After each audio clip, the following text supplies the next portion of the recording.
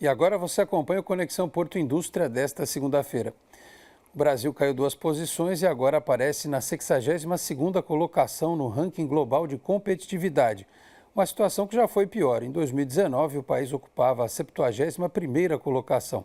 Esse desempenho é atribuído, entre outros fatores, à ineficiência do quadro jurídico para a solução de conflitos e do quadro legal em regulamentação, à falta de transparência na elaboração de políticas governamentais e ao fardo no cumprimento regulatório.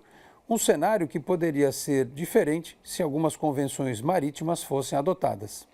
Marcos Martins é advogado especialista em direito marítimo. Ele foi um dos responsáveis por um estudo que mostrou como o Brasil poderia se modernizar em relação ao que ocorre em outros países. E fizemos esse estudo por volta de 2019, depois de algumas experiências nossas, até mesmo no Comitê Legal da IMO. A IMO ela é dividida em vários, a Organização Marítima Internacional tem vários comitês. Nós tivemos a oportunidade, ali pelo ano 2015, 2016, participar por meio de uma associação, que é membro consultivo da IMO, de algumas reuniões do Comitê Legal. E, a partir daí, desenvolvemos esse trabalho de identificação das convenções internacionais, das quais o Brasil não é parte ainda. E a gente tem um cenário, se por um lado, nas convenções relativas à segurança da navegação, nós estamos muito bem, basicamente nós fazemos parte da maior parte dessas convenções. Quando a gente vai para o setor privado, a gente tem uma carência de regulamentação. E ele deu exemplos deste cenário. Um deles é o arresto de navio. Arresto de navio nada mais é que, diante de um potencial crédito, um credor pode ter o interesse de arrestar o navio para que, eventualmente, esse navio seja substituído por uma garantia. Então, existem exemplos vários, né? Por exemplo, imagina que alguém forneceu combustível por esse navio em Singapura. Isso é um tipo de consulta que a gente recebe com alguma frequência. Então, você teve um fornecedor de combustível em Singapura, e esse navio está vindo para o Brasil, digamos que o combustível não foi pago, né? Bunker, como a gente chama na expressão técnica. Então, via de regra, a gente recebe esse tipo de consulta. Eu forneci combustível para o navio tal, em Singapura ou na África do Sul, e sei que esse navio está chegando no Brasil. Eu posso arrestá-lo? Pelas nossas regras, que nós temos no Código Comercial, no Código de Processo Civil, esse navio não poderia ser arrestado no Brasil, porque o Brasil, pelo menos assim, essa seria a resposta padrão, porque essa dívida não foi fundada, não foi formada no Brasil, o credor é estrangeiro, provavelmente esse é um navio estrangeiro também, esqueci de fazer essa ressalva. E a gente tem esse cenário de dificuldade, além do que, por exemplo, qual é o valor máximo de garantia que pode ser pedido do navio? Se o navio vale 20 milhões de dólares, alguém pode exigir garantias no valor de 40 milhões de dólares? Parece não fazer muito sentido. Então, esses são dois exemplos que seriam resolvidos se o Brasil aderisse à Convenção de 1999. O advogado completou. A outra que eu citaria seria a Convenção de Hipoteca e Privilégio Marítimo, que em 2015 houve um caso bastante peculiar aqui no estado de São Paulo, em que basicamente existia uma FPSO, uma embarcação utilizada na exploração de produção e exploração de petróleo, que estava registrada na Libéria. E basicamente começou uma execução e essa embarcação foi penhorada.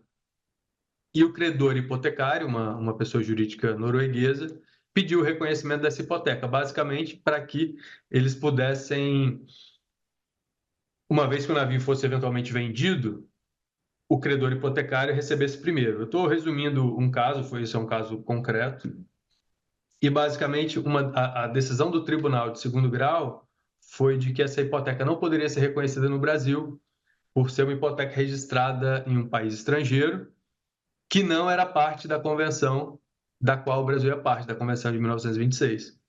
Isso gerou repercussão internacional, porque quando a gente fala de navio, a gente está falando de um bem que circula o mundo todo, de credores internacionais. Felizmente, isso foi corrigido pelo STJ depois,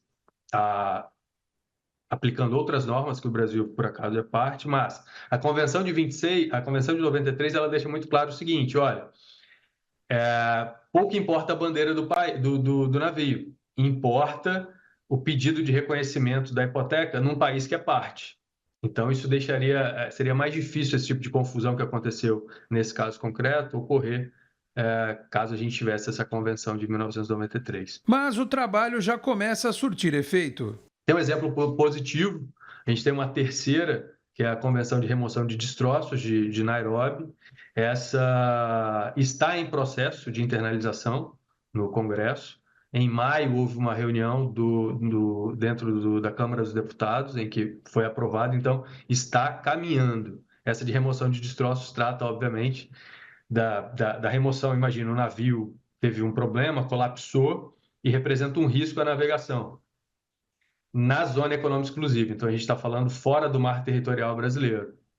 Então, é muito importante, pode afetar a segurança da navegação, pode afetar o meio ambiente. Essa nós estamos em procedimento de adesão. Marcos Martins finaliza explicando o que falta para o Brasil se enquadrar nestas convenções. O papel de representação do país nesse tipo de convenção, geralmente ele é feito pelo MRE, Ministério de Relações Exteriores, e para qualquer convenção internacional ser internalizada, internalização é o processo pelo qual uma convenção internacional se torna, estou falando de maneira não absolutamente técnica, mas ela passa a vigorar como se lei interna fosse. Isso é um procedimento que passa pelo Poder Legislativo e não pelo Poder Judiciário. O Poder Judiciário aplica a convenção uma vez que ela seja internalizada. Então, basicamente, seria o interesse político, desculpa cair nesse clichê de interesse político, mas de observância dessas convenções, como eu disse, quando a gente trata de segurança da navegação, nós estamos muito bem, mas quando a gente fala dessa parte de direito privado da navegação, a gente tem um déficit, talvez, e esse foi um dos objetivos desse trabalho. Nós apresentamos esse trabalho, à época era ao Ministério de Relações Exteriores do presidente Michel Temer da época, então isso está depositado no MRE. Também mandamos uma cópia desse trabalho para a IMO, para demonstrar os esforços aqui, nosso, né, voluntário, de promover o conhecimento dessas convenções e eventualmente, a ratificação. Confira agora a agenda desta semana do Instituto Brasileiro de Infraestrutura e da Frente Parlamentar de Portos e Aeroportos. Nesta segunda-feira, a Frente Parlamentar Mista de Portos e Aeroportos e o Instituto Brasileiro de Infraestrutura abriram os trabalhos com a participação na mesa redonda da Fundação Getúlio Vargas, a FGV, que discute o desenvolvimento econômico e social do Rio de Janeiro e as concessões portuárias e aeroportuárias do Estado. Também pela manhã acontecerá, com o apoio do IBI, o evento do associado Movi Infra, que apresentará um estudo inédito sobre a descarbonização no setor de infraestrutura logística. No mesmo dia acontecerá a reunião ordinária mensal do Comitê Temático 01 do IBI, que debate a infraestrutura de acesso aos portos do país. Na quarta-feira pela manhã acontecerá a reunião do Comitê Temático 02, responsável por analisar a Operação Portuária Nacional. No mesmo dia à tarde, membros da Frente Parlamentar e do IBI irão à reunião mensal da Comissão de Juristas para Revisão Legal da Exploração de Portos e Instalações Portuárias, a CEPORTOS. Um dia depois, na quinta-feira, membros do IBI marcarão presença no maior evento técnico-científico da América Latina nas áreas de metalurgia, materiais e mineração, a ABM Week 2024. Nesta oitava edição, os membros do IBI participam da mesa redonda que discute a integração entre os modais de transportes, suas oportunidades e desafios. Na sexta-feira, o Comitê Temático 13, que debate a facilitação do comércio e controle aduaneiro, se reúne pela manhã em seu encontro ordinário mensal. Também na sexta-feira será instalada e realizada a primeira reunião do Comitê Temático Internacional do IBI. E o Conexão Porto Indústria volta amanhã às 7h30 da noite.